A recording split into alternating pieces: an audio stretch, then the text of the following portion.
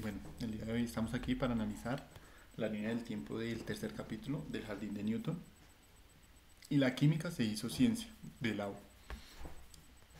Eh, Empecemos con un comienzo.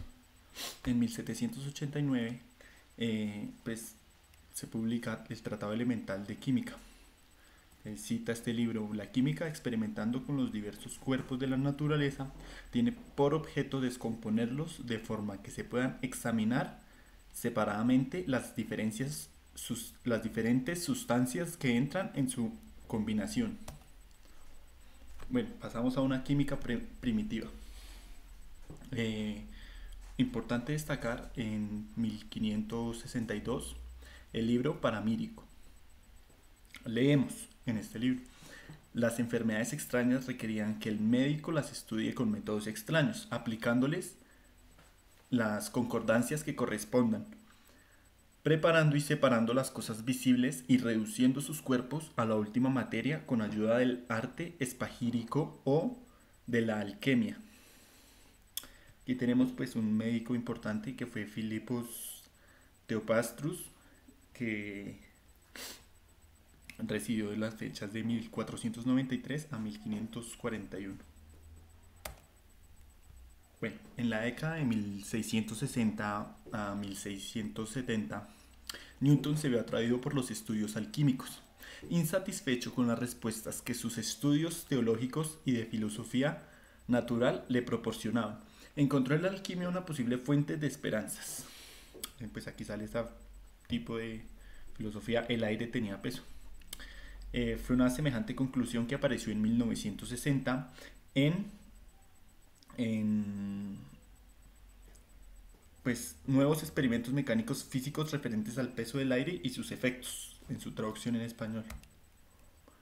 Bueno, en 1961 el químico escéptico, todo un clásico de la literatura científica, escrito en forma de diálogo, en el Boyle defendía la hipótesis de la teoría corpuscular, de que la materia está formada por átomos y conjuntos de átomos en movimiento.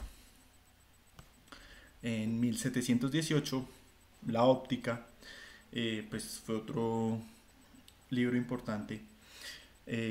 Pues este cita: no poseen las pequeñas partículas de los cuerpos ciertos poderes, virtudes o fuerzas con los que actúan a distancia, no solo sobre la luz, reflejándola e inflexionándola, sino también unos sobre otros, para producir una gran parte de los fenómenos de la naturaleza.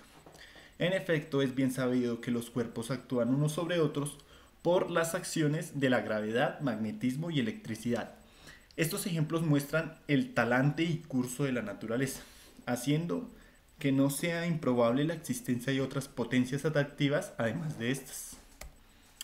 Bueno,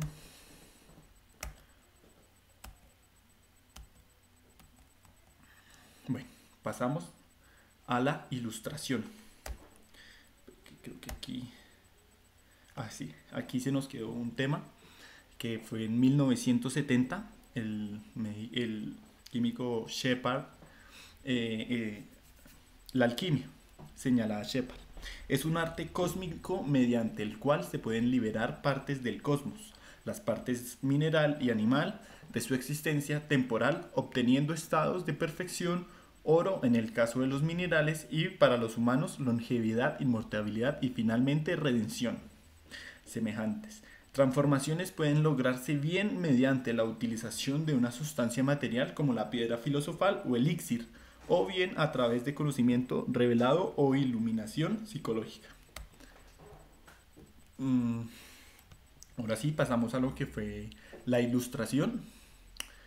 Pues la enciclopedia de 1751 a 1768, esta unión entre la razón y la naturaleza, entre ciencia y tecnología y sociedad, queda clara a través del título de la obra más caracterizada de aquella época, como ya lo dije ahorita: Espíritu Matemático. Entonces aquí vemos a tres personas que obviamente influyeron consistentemente en la historia de la matemática, como es Daniel Bernoulli, de 1700 a 1782, quien fue Leonhard Euler, de 1707 a 1783, y Joseph Louis Lagrange, de 1736 a 1813. Bueno, como siguiente, en 1759 podemos hablar de D'Alembert. Nos puede servir para él cita, nos puede servir para familiarizarnos con los sentimientos de los ilustrados en una de sus obras, Ensayos sobre los elementos de la filosofía. Bueno, Pierre-Simon Laplace, de 1749 a 1827. Él es autor de obras tan importantes para esa física como el Tratado de la Mecánica Celeste y Ensayo filosófico sobre las probabilidades, en 1814. Empezamos a hablar de Lau. Lau escribió en 1766 su primer trabajo científico sobre la aurora boreal observada en Villers-Cotterêts. En 1766 concursó al premio convocado por la Academia de Ciencias con una memoria sobre el alumbrado público. En 1775 fue nombrado uno de los 4 directores de la administración de pólvora. En 1787 fue elegido representante del tercer estado en la Asamblea Provincial de Orleans. En 1789, diputado suplente por la nobleza de Bois en los Estados Generales y miembro de la Comuna de París. Por último, pues vamos a hablar un poco de la química de Lau.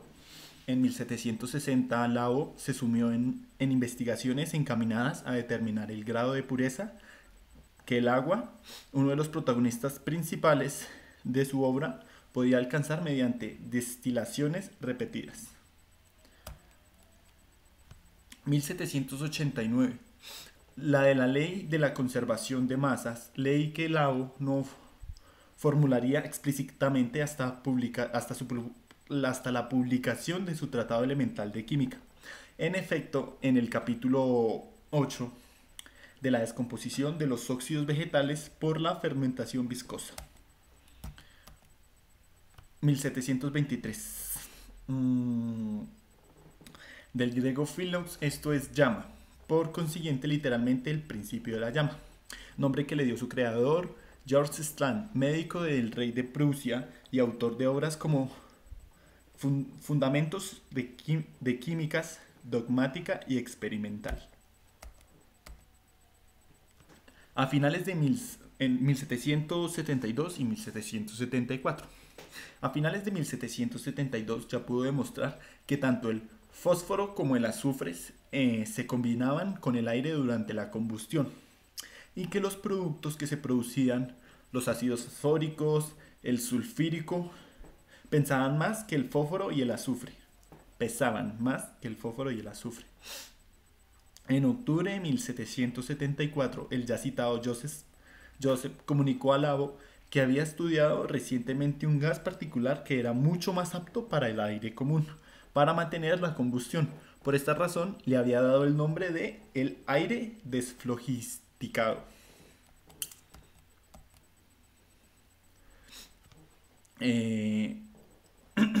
Una nueva nomenclatura. La asociación que se dio en 1787 de Lau con Gouy y con Clausch y Anthony, estos autores más o menos lo que hicieron fue compilar un método de nomenclatura química. Significó un paso decisivo en la racionalización de la química, lo que fue la asociación de Lau con Gouy, con Claude y con Anthony. En 1787, merece la pena recordar algunas de las manifestaciones que Lau empleó al presentar la nueva nomenclatura química en una junta pública de la Academia de Ciencias parisina celebrada el 18 de abril de 1787, sobre la necesidad de perfeccionar y reformar la nomenclatura química de la química. 1789. En el caso de la química del agua, este medio fue una revista dedicada de manera casi exclusiva a ella. Los Anales de Chimi, fundada en 1789, no es sorprendente que el equipo editorial de la revista estuviera formado por defensores de la nueva química, Guy y Lau como editores principales y Gaspar Monge con Berthollet y los que ustedes ya pueden leer en los siguientes nombres. El Tratado Elemental de la Química y la Revolución. Aquí está el Tratado Elemental de la Química presentado en un orden nuevo según los descubrimientos modernos que vio la luz en 1789. En 1794, y así su cabeza cayó cegada por la guillotina el 8 de mayo de 1794, junto a otros 28 acusados de conspirar contra el pueblo de Francia. Solo un instante para, pues aquí más o menos estamos viendo, solo un instante para cortar esa cabeza, puede que 100 años no basten para darnos otra igual, se cuenta lo que dijo Lagrange. 1993. Como ha señalado uno de sus biógrafos, Arthur Dornan, a partir de aquel momento su historia es sencilla. Se vio aprisionado por sucesos que ni él ni nadie pudo haber anticipado o controlado. De nada le sirvió todo su prestigio, todo su poder. En una nota que escribió durante los meses que pasó en prisión, Lao defendió refiriéndose a sí mismo, en tercera persona, con orgullo su carrera como científico y ciudadano. Pues para explicar bien lo que pasó acá, que de pronto no lo expliqué bien, aquí explico cómo realmente muere Lao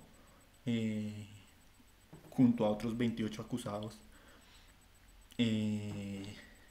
pues con una guillotina en su cabeza. Muchísimas gracias, eso ha sido todo de y la química se hizo ciencia, por Sergio Andrés Sierra Peña.